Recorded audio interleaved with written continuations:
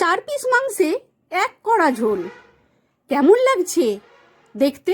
আপনাদের খুব ভালো লাগছে, কারণ আমাদের হচ্ছে 4 জনের সংসার, তাই অল্প করেই মাংস নিয়ে এসেছিল। 1 কড়া জলেই আমি ফুটতে দিলাম।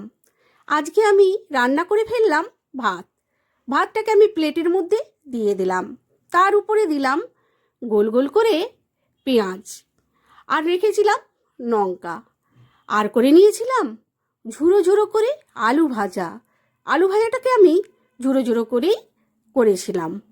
আর একটা তরকারি রেখেছিলাম, সিম, বেগুন, আলু, মূলো, কচু সব দিয়ে একটা তরকারি বানিয়ে নিয়েছিলাম। আর করে নিয়েছিলাম সেই 4 পিস মাংসের ঝোল।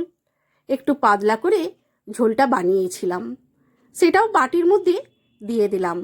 তোমাদের আজকে ডিশটা কেমন লেগেছে? ভালো লাগলে আমাকে কমেন্টে জানিও প্লিজ।